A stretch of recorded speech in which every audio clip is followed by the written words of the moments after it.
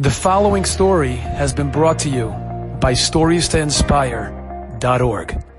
So my brother-in-law, his name is Rabbi Falik, was in Israel a few weeks ago. So he went to Israel. His daughter lives there. She had a baby. And in the past few months, they built a train from Yerushalayim to the airport. So he took the train. There were a lot of people upstairs. He couldn't find a seat. He went downstairs. On the train, I think the way it's set up is there's like a table in front of you, and there's two seats, and then there's two seats facing you, so there's like four seats. Someone was sitting across from him, and he had like a package or whatever on the table. My brother was trying to make room for his suitcase, so he kind of moved it over a little, put his suitcase down. And he tells the man, his name is Mark, he says, "It's Mark." He says, "Excuse me, I hope it's okay if there's a place." He says, "Yeah, it's fine." But once he moved the suitcase, they started talking. And he says, "What are you doing here?" He says, "I came to Israel. I work for the United States government. My job is to speak to the troops overseas and talk to them about the importance of their work.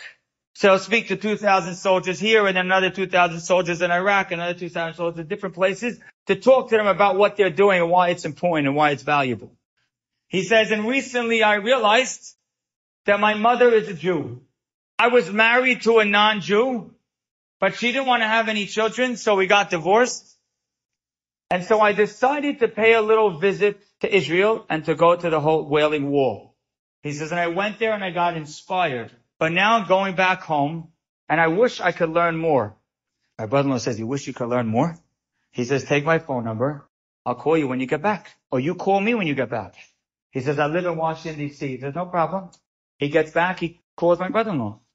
He says, "I want to learn more." My brother-in-law sends him books, tapes. He says, I listened to everything you said, whatever, CDs, tapes is 20 years ago. Even CDs are 10 years ago. But he says, I listened to everything you sent me. I read everything you sent me. He says, "I'd love to meet with you." He says, "When are you available?" He says, goes back and forth in the schedule. He says, "I could come in from Washington, D.C. on a Sunday." This past Sunday, 4 to 3 days ago, he came in from Washington, D.C.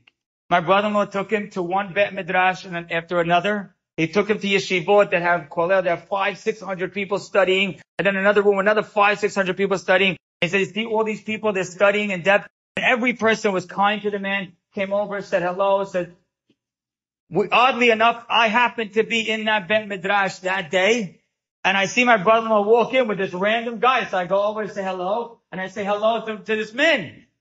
And then they sit down and they start studying. And they start learning together, the man prays. At the end of the day, the man was so inspired. He says, "I need more." Brother-in-law said to him, "1 second, what did you learn today?" He said, "I learned today how much I love Hashem." My brother-in-law says to him, "No, you learned today how much Hashem loves you." And he sent him home with more books, and more CDs, and more links. And from moving a suitcase, he made a real powerful Kiddush Hashem to a man who's ready to change his life. Enjoyed this story? Come again. Bring a friend. StoriesToInspire.org